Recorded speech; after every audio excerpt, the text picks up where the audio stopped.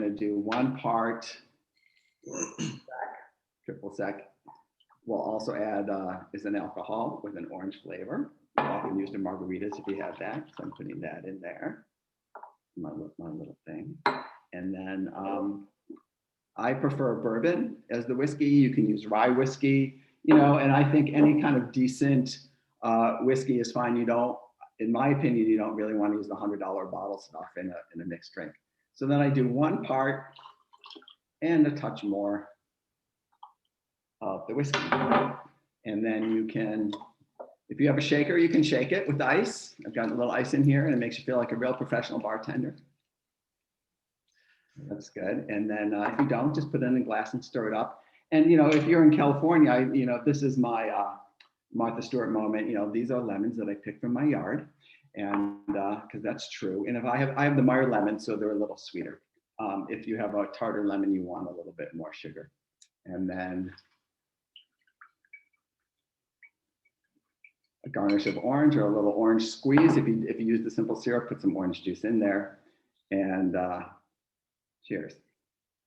So I'm going to introduce my panelists, but first I'm going to offer a toast because I'm going to embarrass Sarah and Anton because I know they each have parents watching tonight. So we'll offer a toast to the parents of our panelists and thank them. I think anytime anyone raises a child that ends up in the art world, they did a good job. So thank you. So joining me on the talk, we're going to go 1 hour exactly, and you're going to hear a little bit about creative growth and what our current plans are. My colleague, Sarah Galender Meyer, is joining me. Sarah joined Creative Growth, like many people do, by volunteering in our gallery. She has a background in art, but more in performing art and dance, and is now our gallery director, and we've worked together for several years. And also joining us as our special guest is Anton Stuebner. Anton is the gallery director at Catharine Gallery in San Francisco. Anton was a intern too at Creative Growth back in, I think, 2010, and returned in 2022 to curate an exhibition at Creative Growth called No More I Love Yous. So we'll each take some time talking. We're going to start with Sarah, who's going to give us a little bit of background on the history of creative growth. One of the things that we're excited about in the 4x8 Bridges part here is that hopefully you'll learn creative growth's role in the art world, but we feel like we want greater connectivity to the San Francisco Bay Area and its collectors. And I know particularly Anton will talk about some of the issues in general about running a contemporary gallery in the Bay Area, and hopefully those things will all kind of come together in a nice way. So without further ado, Sarah, do you want to tell us a little bit about creative growth and how we got to this point? Sure, great. Thanks, Tom. Hi, Anton. And thank you, Hannah, who will be interpreting for us tonight too. Okay, I'm going to share my screen here so that we can look at some images. Great. So this is Florence and Elias Katz. They founded Creative Growth in 1974. She was an artist and he was a psychologist. And they opened their garage in Berkeley to people with disabilities. At the time, the state had sort of cut services for adults with disabilities, and they wanted to open up their home, really their garage, based on this sort of radical idea at the time that everyone, and specifically people with disabilities, deserves to have the tools for creative expression and exhibition. So they started this in their garage with a few artists, and it really grew pretty quickly from there. In 1980, so this is just 6 years after, they bought Sal's Auto Body Shop, which is our current home on 24th Street in downtown Oakland, and renovated it to become this incredibly large, beautiful lit space that you'll see images of as it exists today.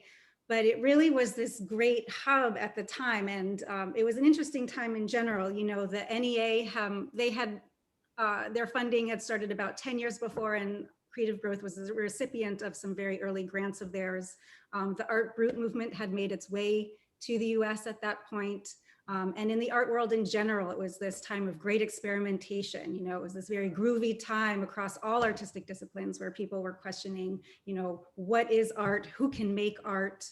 And then on top of that, the disability rights movement was really taking off. In fact, Berkeley was really sort of the birthplace of that.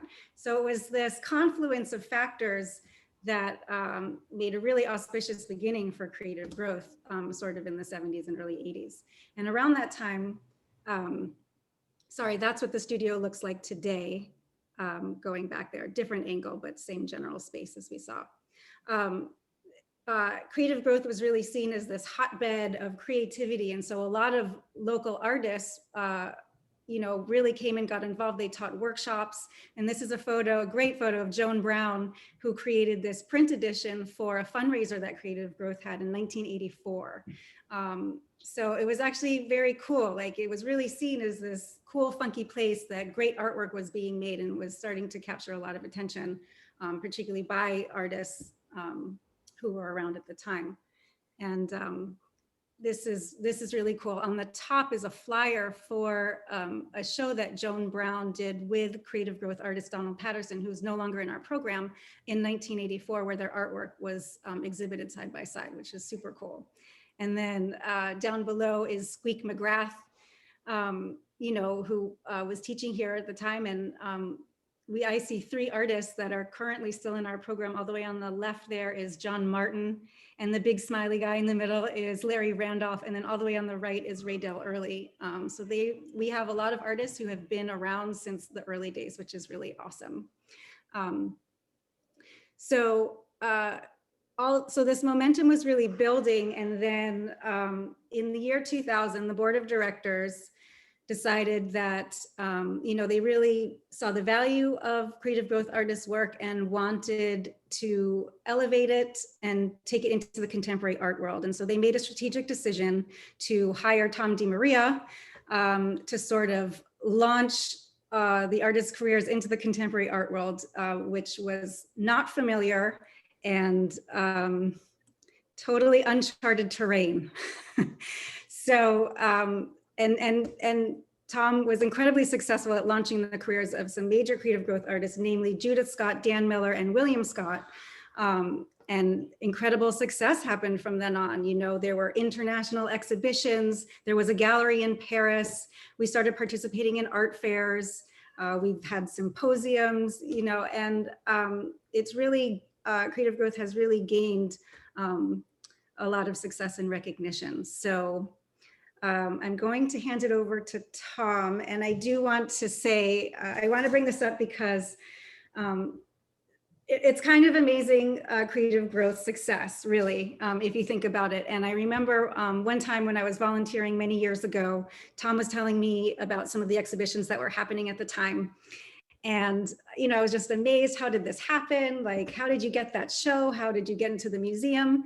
And he was like, well, this is Creative Growth. It's the little engine that could. So Tom, I'm going to give it to you. If you could please talk about the early days and what it was like sort of forging that path to inclusivity in the art world. I think that would be really great. Sure, I will, Sarah. Thank you. And thanks for that nice introduction to Creative Growth. Do you remember how you stumbled into Creative Growth, or your first impression personally? How did you hear about us? Well, how did you come to volunteer? Sure.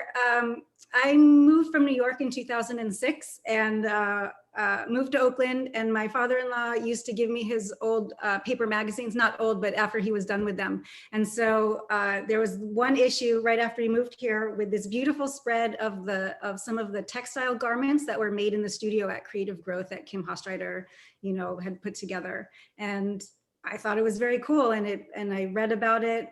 It wasn't far from my house, so I came in one day, you know, just came into the gallery one day, and I was so blown away by Creative Growth. I mean, I didn't know that such a place had existed or could ever exist, you know, and I think, you know, sadly and honestly, I don't think I had ever been around people with disabilities that much. And the artwork was just so incredible, like the integrity, the beauty, you know, the artwork, it was just so wild and amazing. And I was totally hooked right away. Like many people who come to Creative Growth and who visit, that's not a specific Sarah magic moment. I think that happens with a lot of people that walk into creative growth. That's great, thank you. And I think, when we reopen, if you haven't been to Creative Growth, we all hope that you will come, of course, and have that same experience. It's not unlike the experience that I had. I was working as the assistant director of the Berkeley Art Museum and Pacific Film Archive, and I was invited to come to Creative Growth to apply for the position of executive director at the time in 1999. And I thought, I went to art school. I was finally had a job in a museum. I was able to pay my rent. And I thought, I'm not looking for a job, but I went as a favor to someone on the search committee and walked into Creative Growth. And it was this place that I felt like I couldn't leave. So the question is, how do, artists with disabilities come to be engaged in the contemporary art world? This is in one of the earlier photographs of artists at Creative Growth when we moved into the current building, so early 80s. What we need to remember is how fundamentally different the idea of disability is now than it was then. The idea that people with disabilities could be a part of society or creative was a radical notion. And thankfully, we've evolved from that. So while this photograph looks institutional to us, it was, a bunch of Berkeley hippies doing something crazy. And that was the launching point. The studio looks like this now, and hopefully much more contemporary. So as the programs become more contemporary and our artists are more contemporary, how does the artwork sort of move in that same path? How does it advance? How do we break down the stereotypes around disability and also around often self-taught artists? This is the Creative Growth Gallery in Oakland, where you can come when we reopen. But still, how do we move from a nonprofit gallery in Oakland to the world? Well, one of the ways, so when the board hired me, an artist named Judith Scott was working at Creative Growth. And her work was starting to get some attention, particularly in the art brut or outsider art field. And there was a feeling that it could sort of cross over or become something more important. And she became an important part of how Creative Growth advanced its artists and their work in the world. So you start by making friends and knocking on doors and doing everything you can. This is Judith on the right, giving a kiss to her twin sister, Joyce. This is one of the first exhibitions of her work in San Francisco.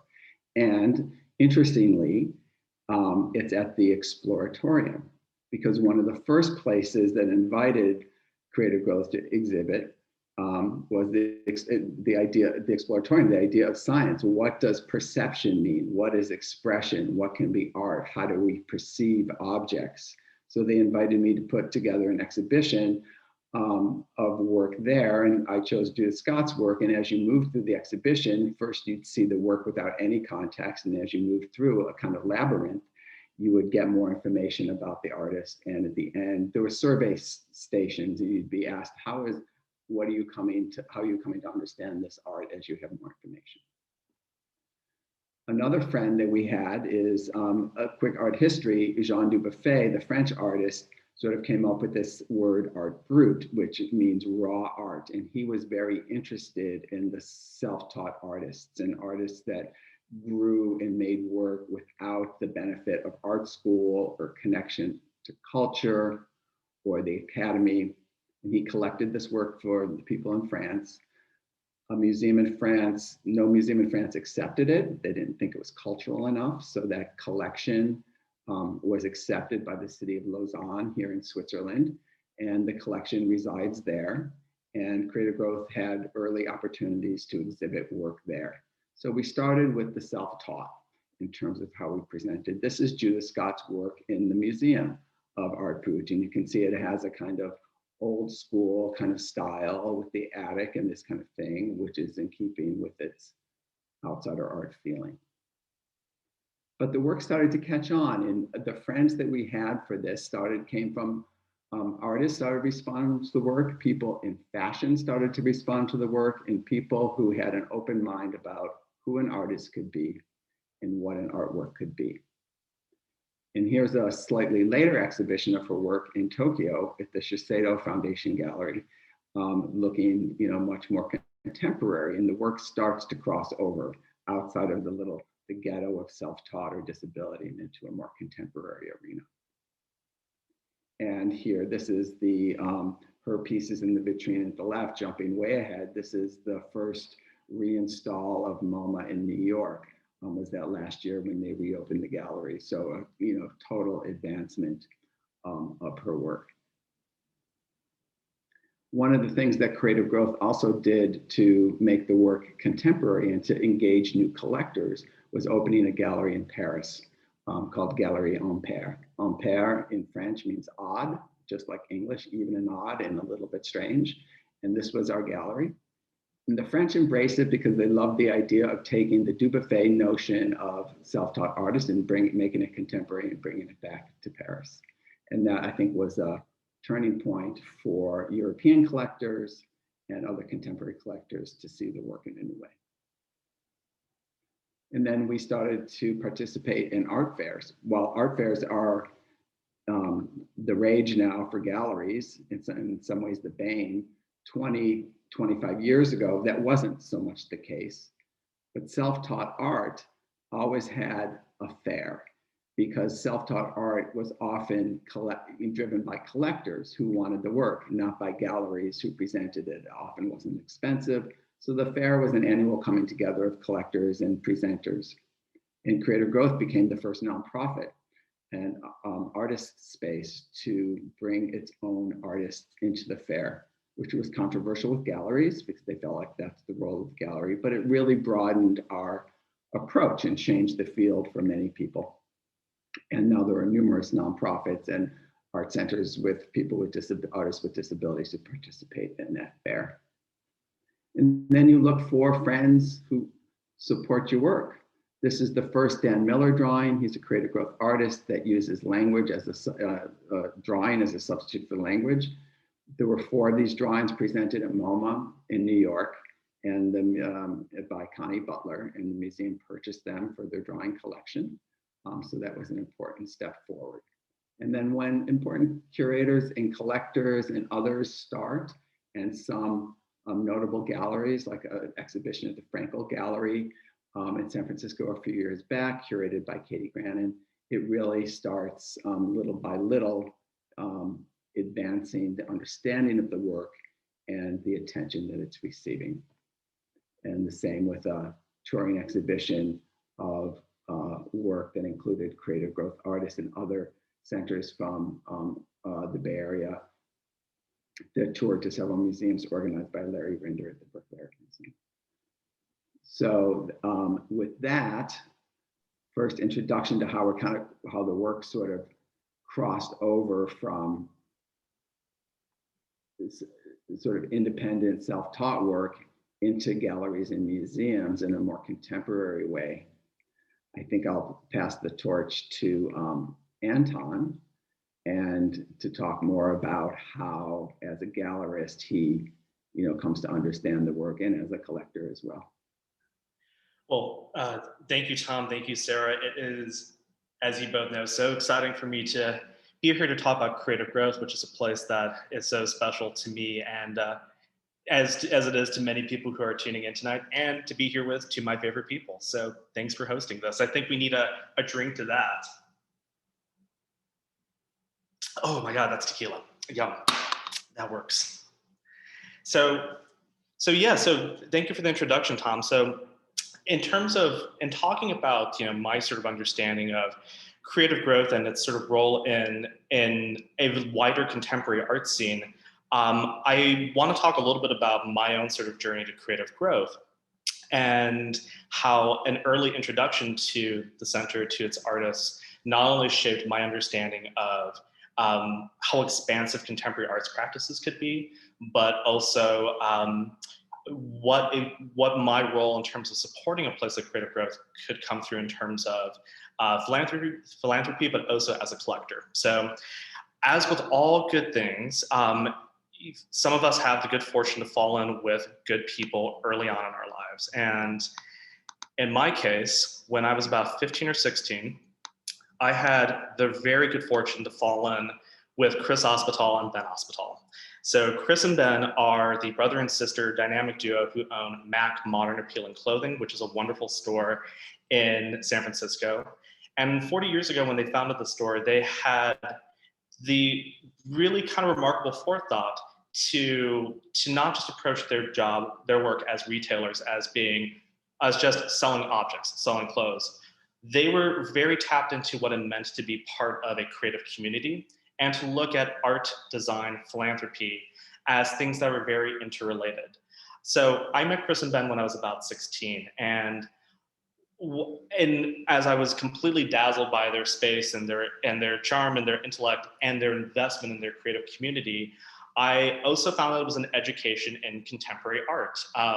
Their store was always filled with incredible work, everything from sculptures by Anne Hamilton to photographs by Deanne Arbus. But I always found that the work that I kept returning to were these structures by Carl Hendrickson. This isn't one of the ones that they own, but this is one that is, from what I understand, in the archives of Creative Growth. And Carl was an alum of Creative Growth who, despite his limited mobility, created these extraordinary structures, some of which were everything from from houses that were like playhouses to chairs to all sorts of things that melded the line between furniture and structures. And I remember being completely beguiled and amazed with not just how these works were fabricated, but how they raised questions about, say, shelter, about built environments, and even what kind of materials could constitute as sculptures. Here's a photo of Carl in the studio. And so shortly after I was 21, I wanted to deepen my own involvement with my community and with my creative community and with what I saw was the broader arts community. So I talked to Ben and Chris and said, I want to volunteer someplace. I want to get involved with an organization. And I know that you're deeply involved with Creative Growth. At that time, they had been on the board of directors, I think, for maybe around 20 years. And Ben said, okay, let's find a day to go to Creative Growth. Let's pick a weekday when the studio is in full swing. But I'm going to forewarn you, you're going to be overwhelmed. And anytime anyone says that to you, you have to take a pause and wonder, well, what do they mean by that? And sure enough, we went over on a Monday. We met with Tom. Tom was extraordinarily gracious in showing us the space, showing us the gallery, showing us through the offices. And then he took us into the studio. And as you saw from Tom and from Sarah's presentations, if you haven't been, you really can't prepare yourself for how extraordinary this space is. It's a former auto garage, 10,000 square feet approximately. And the space is just incredible, gargantuan, filled with light, but most importantly, filled with artists who are making. And it was such a shock to my system because, even though I come from a family of artists, I always had that perhaps misperception that art making and artists were these people who would make work in solitary confines without being surrounded by any other stimuli, other people, any of those sort of outside distractions. And there was this extraordinary thing of going into Creative Growth Studios and seeing 40, 50 artists at a time working side by side, working collaboratively, working across disciplines, working with kilns and textiles and painting and materials for fabricating sculptures, and realizing that there was such an expansiveness of not just the kind of materials to which the artists had access, but how the artists were working collaboratively side by side quite often. And I remember going through the studio, and every time you would approach a table, the artist would motion you over, show you what they were working on. And it felt like such a completely radical act of generosity to not only be able to be part of this moment where art is being made, but to be seeing art made all around you without any of the sort of restrictions or pressures that we often think about in terms of art making. And so I was hooked. And as I recently shared with Tom and Sarah, that day I bought a print by Charles Esseltine. Charles Esseltine had created a print where he would create origami, and then unfold them. And the etching was basically the unfolded origami that he'd redrawn by memory. And I remember it was about $125, which was way more than I could afford at the time. I think I was making $13 or $14 an hour at my job.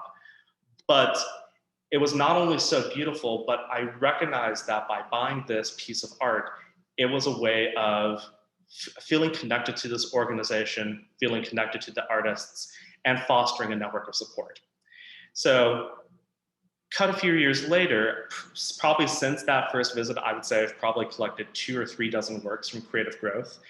If the $125 was at that time the most money I'd ever spent, a few years later, I stepped up my game and bought this piece by Jerome Sproul, which I don't think has a title, but was internally known as Peace Pope. And Jerome is another alum artist whose work often has this just incredibly vibrant sensibility, often with nods to funk and early hip hop, which of course I naturally love. But in this particular work, which I think was the lead work for the home show a few years back, you have Jerome with his flat top, hanging out, flashing a peace sign with the Pope.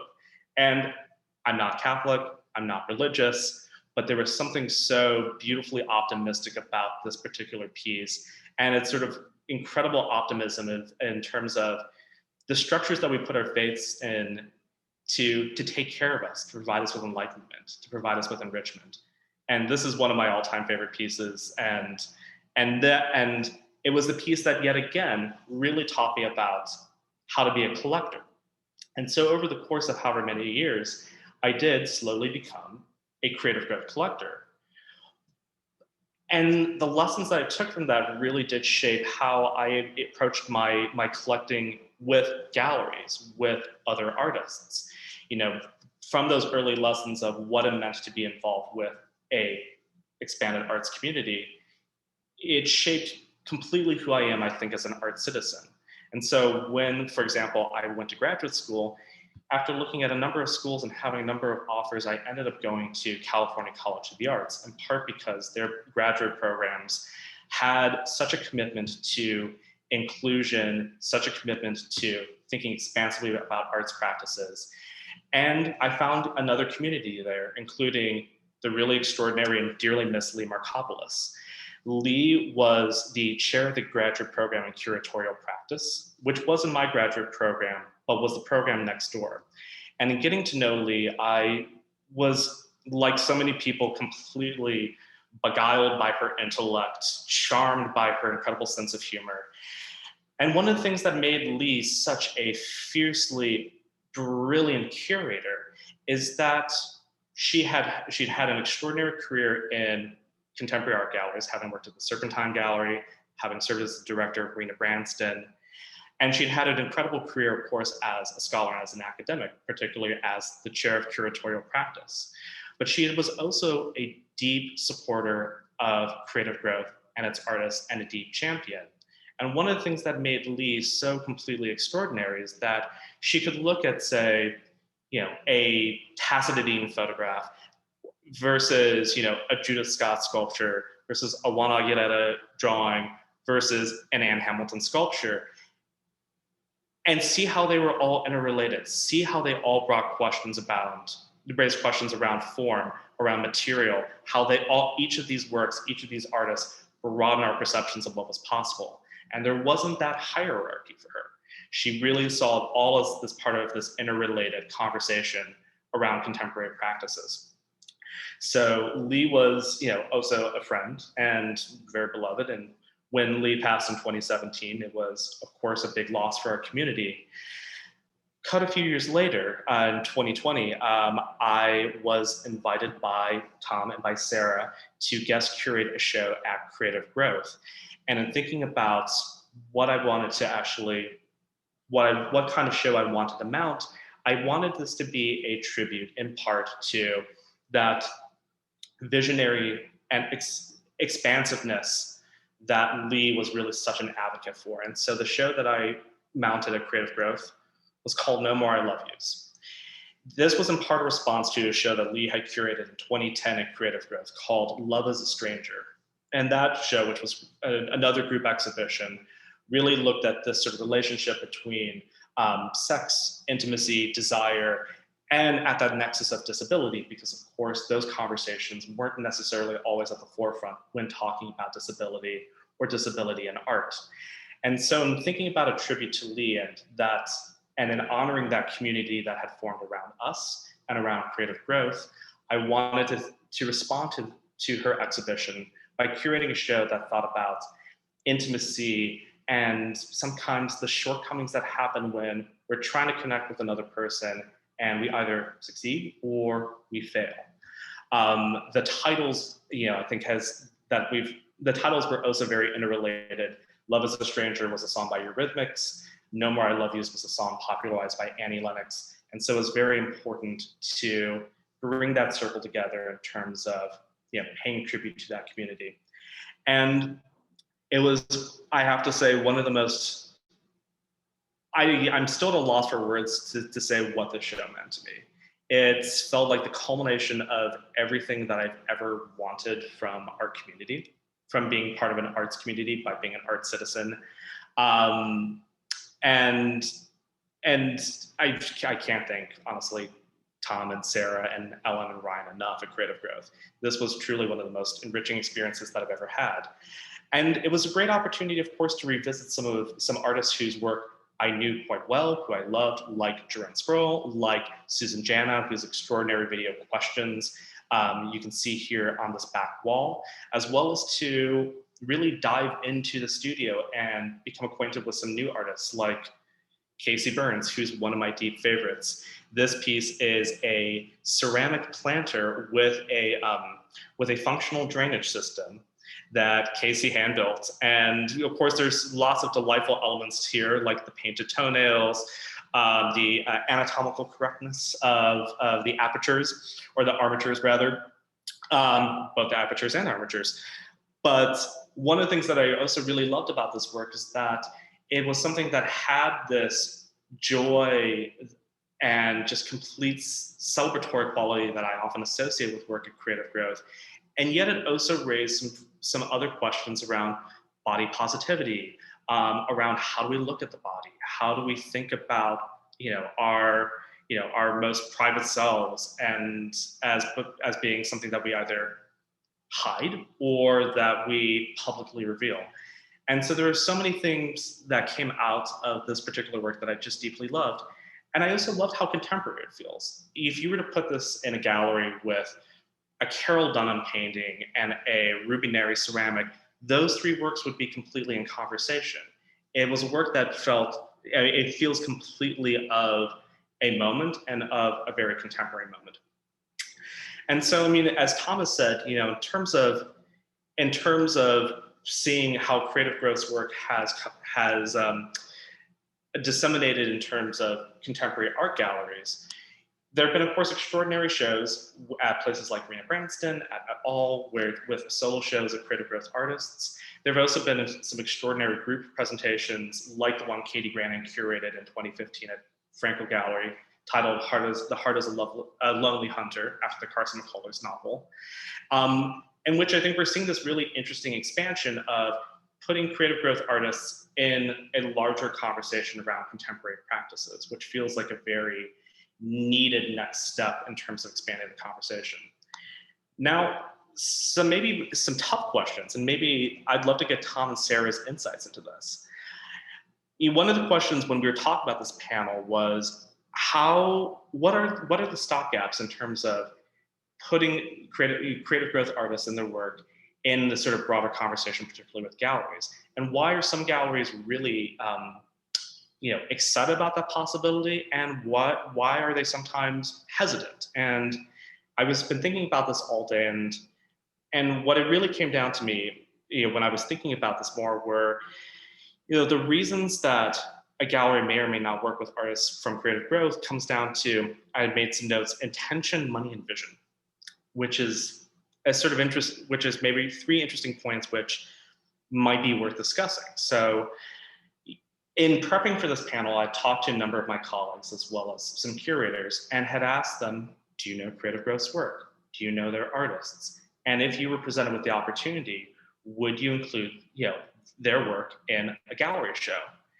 And of course, there are always fans and a number of my colleagues who said, absolutely, we love the mission, we love the work, we absolutely see it as being part of this larger conversation.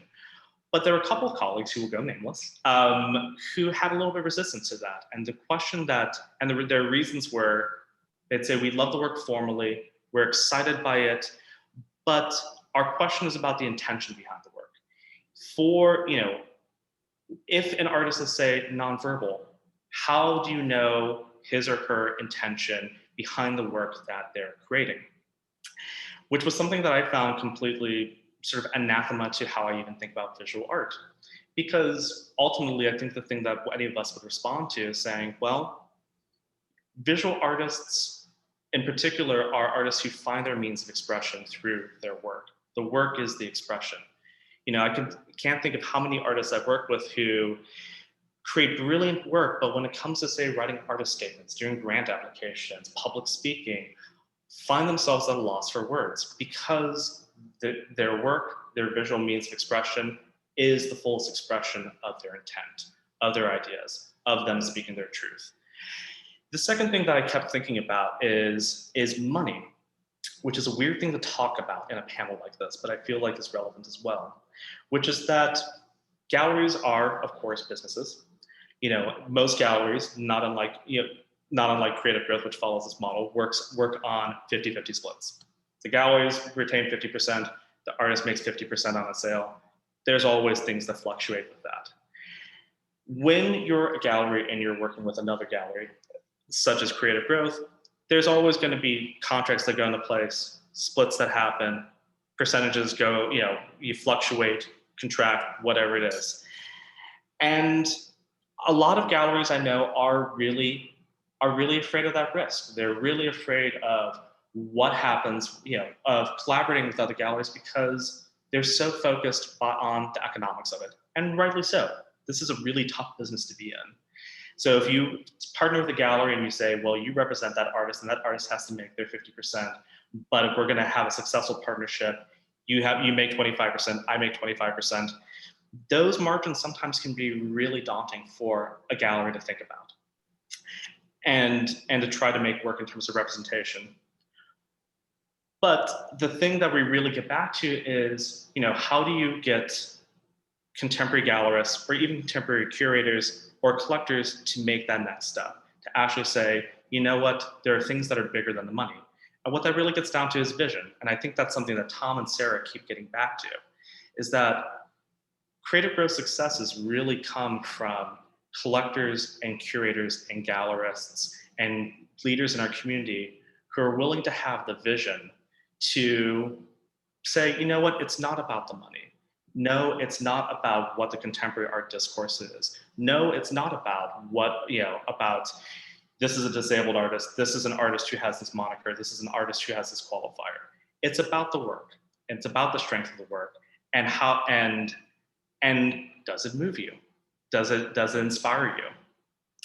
And I think that's the thing that we keep getting back to is, what does it mean to be a visionary collector? What does it mean to be a visionary gallerist? What does it mean to be a visionary leader? And I mean, Tom and Sarah, I think I would open this up to you. Sure. Vision, when you hear that word, what does it mean to you? Yeah, well, I want to address one point first because you made several good points. And one in terms of, we hear the question about intentionality a lot. Yes. And, and I think in many ways that's an ableist statement. I think that our artists have intention and they communicate and they have artist statements, but they're not in an academically presented way that many gallerists expect to see them. I remember a situation in a art fair with Dan Miller painting on the wall, and a collector came up and said, well, what does the artist say about this drawing? And I said, well, he doesn't speak about it. He said, oh, those artists, they're also elitist and they won't. And I said, well, he's nonverbal. And, and his work is his statement. So I think part of that, we have to look for accessing the art world is difficult, and accessing the art world when you're a person with a disability is even more difficult. So I think we have to be open to what communication means. money, I understand, but there are a lot of galleries now wanting creative growth art that we don't particularly want to sell because the prices have changed. And when people start to chase after you for the money, that's not visionary either. So it cuts in both directions. I think visionary is, and I really liked your tribute to Lee, is so much about the idea of making, and there's this really pure part of the idea of art brut and outsider art that is this human need to create and to make something meaningful or beautiful. And I think that looking for that with open eyes is visionary and breathtaking. And I think the people that we see embracing creative growth work often approaches it, with eyes wide open that way. Point on process, and then Sarah, if you want to reply or go, we'd love to hear from the audience too. Please put your questions in the Q&A button. There's a Q&A button at the bottom of your screen. And we've got about 15 minutes left. We're happy to take your questions as well. Sarah, did you want to comment on that or anything? Yeah, well, I think I'm going back to the early days. I'm just really, I still want to hear more from you about sort of what it was like to talk with curators, and getting those first shows. My experience of it now, everybody's, for the most part, extremely welcoming, very gracious. For the most part, a lot of the galleries we work with are great to work with, but I know that wasn't always the case.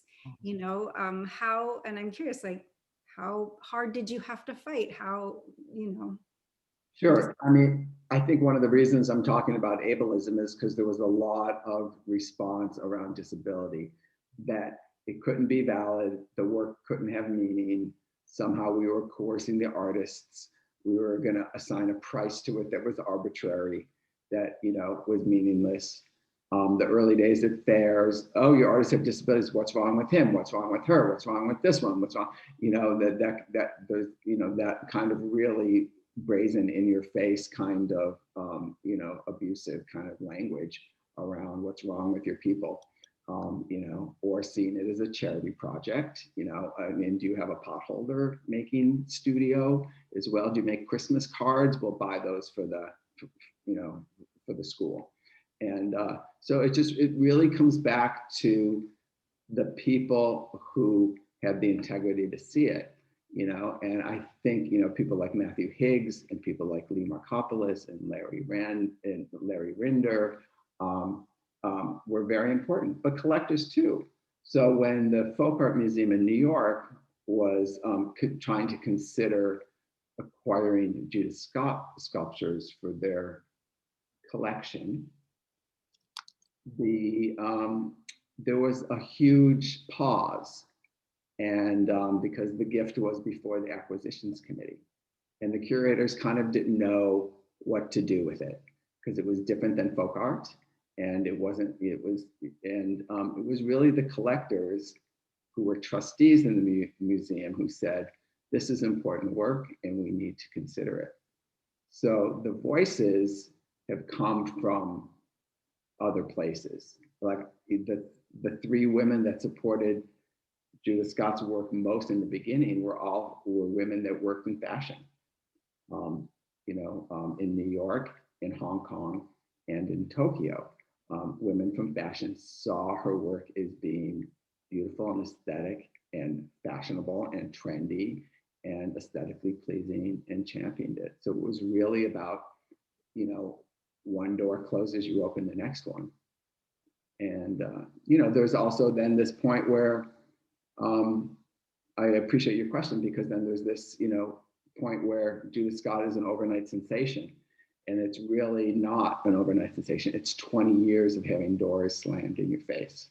And, as a leader, you have to believe in the artist.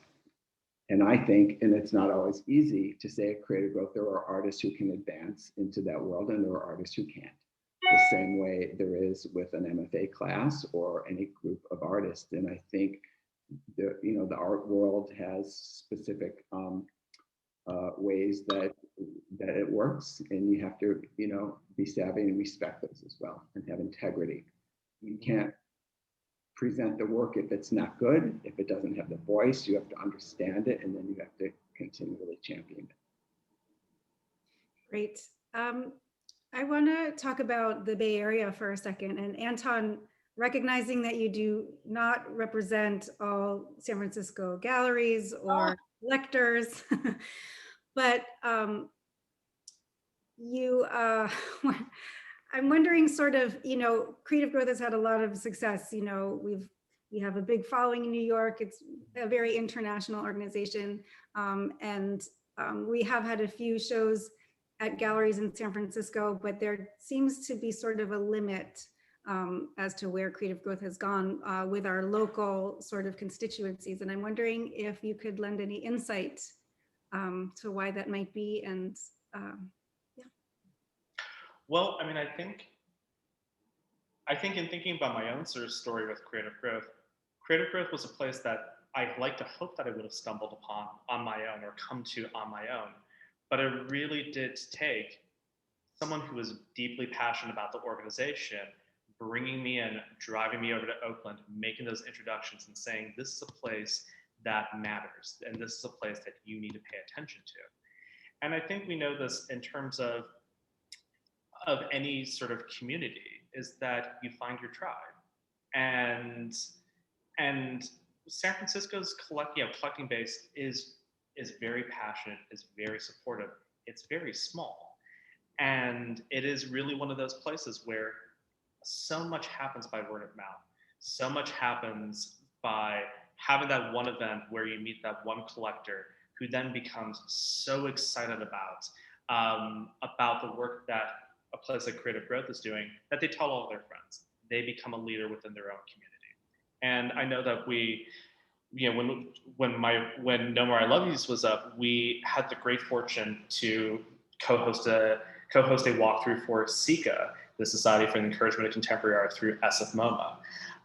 And it was a wonderful tour. It was wonderful to get a different audience in the door.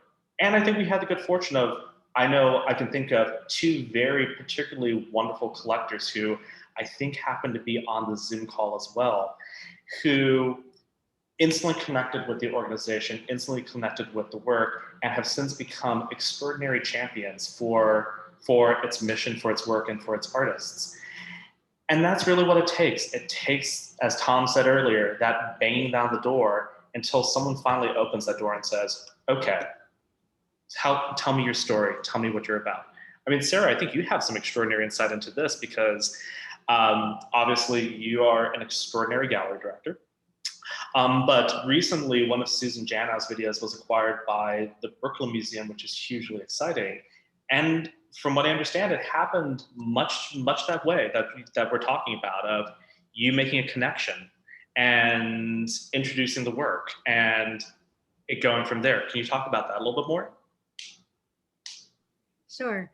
Well, let's see. I think, the seeds of that were really, we put her video questions in a show at Creative Growth, which I believe you saw. And I don't know where we met, but it was somewhere in San Francisco, and we were randomly talking, and you were saying, oh, you really should edition the work. I remember we met at a collector's house. Oh yeah, yes, at the tower. It was on a collection tour. We met at a collector's house, and the collectors are very deep collectors of new media work, and that's where the thought paths crossed. That's right. So we did. Creative Growth hadn't sort of editioned video work before. There is a digital media lab, and a lot of great work has been produced there, but we hadn't sort of entered into that realm yet. So thanks to you for getting us started on that one. And I believe it was last year around this time for Outsider Art Fair in New York, my friend Mariana threw a party for Creative Growth sort of to celebrate there, and we put Susan Janow's video on one of the monitors on one of the floors, and Catharine Morris was there, and so she's at the Brooklyn Museum, and she was totally captivated. She's like, can you tell me about this? And so we just started talking, and it really went from there. And you know, she's been a great advocate for creative growth in the past, and you know, right away. Catharine co-curated an exhibition of Judith Scott's work with Matthew Higgs that from the Brooklyn Museum that toured. So this is like how you make friends, and then that continues to happen. Mm. I want to interrupt for a second. We only have a few minutes. We're getting all kinds of questions from the audience, and many of them are about the program, how it operates, is there one in my hometown, those kinds of things. And I want to give a blanket answer to that because I know those get complicated. Creative Growth hosts an annual symposium for art and disability centers around the world that address a lot of the questions that are coming in around presentation, money, studio structures, all those kinds of things. We're getting ready to present the webinars and transcripts and materials from recent symposiums. One is a day-long program on how to start a center like Creative Growth in your community. And another is for people practicing in the field that wanted more information. And all that, if you go to the Creative Growth's website is creativegrowth.org, and in a couple of weeks, you'll be able to get a lot of those questions answered because I know they're specific and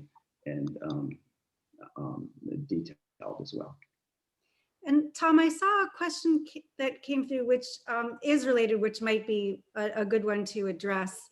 How do you develop the artist's work? Is there guidance from staff, or is the artwork all self-guided? You know, that's a question we get a lot, and that's really important when we talk about the integrity of the work and its value and how it's understood. Do you want to talk about that? That's a great question. I mean, the studio practice is the core of Creative Growth.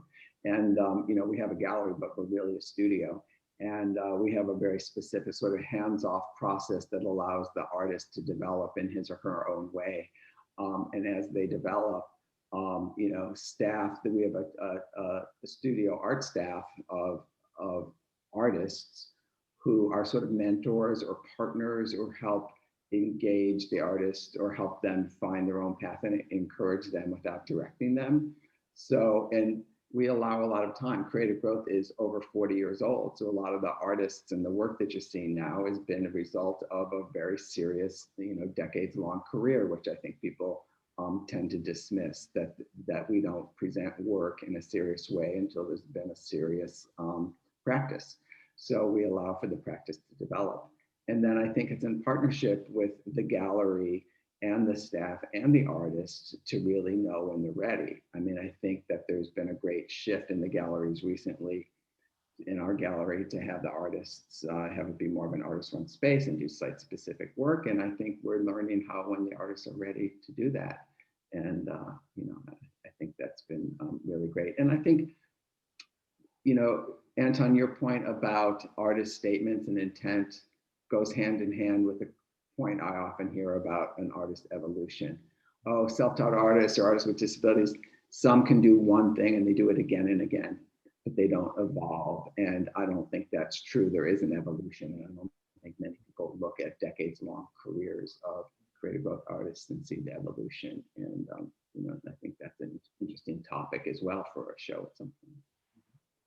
I think we got about a minute left. I want to thank everyone. In the chat, you'll be seeing some links to Catharine Clark Gallery. Thank you, Anton, to Creative Growth. Where if you go to the website, you'll get a lot more information. Mostly, we're just thankful that you're here. We can't wait to welcome you back. If you haven't been to Creative Growth, when we reopen, it's open to the public. We're on 24th Street in Oakland. We didn't give basics like that. I know I'm telling from the chat that not everyone is local, so it's great to have a across the country audience as well. But for local people, when you travel back to the Bay Area when all that's safe, it's a highlight, and we'll welcome you back. So thank you, Anton. Thank you, Sarah. Thank you, Sarah. Thank you, Hannah. Thanks, Thank Hannah. you, Hannah. Thank you, Alan and Ryan, our behind the scenes fabulous gallery people, and all the staff and artists at Creative Growth for the work that they do every day, particularly now. No one asked, but I think people know we're still closed. The artists are home. Everyone is safe so far. We have Zoom classes. We're delivering artist supplies to people's homes to continue to work. So, you know, creativity finds its way. And very importantly, the web store is open and fabulous. That's right. And we're also participants in the 4x8. You can look there to buy some work in the Outsider Art Fair in New York, which opens this week. We have work there if you're collecting. So thank you all so much. Thank you. Bye.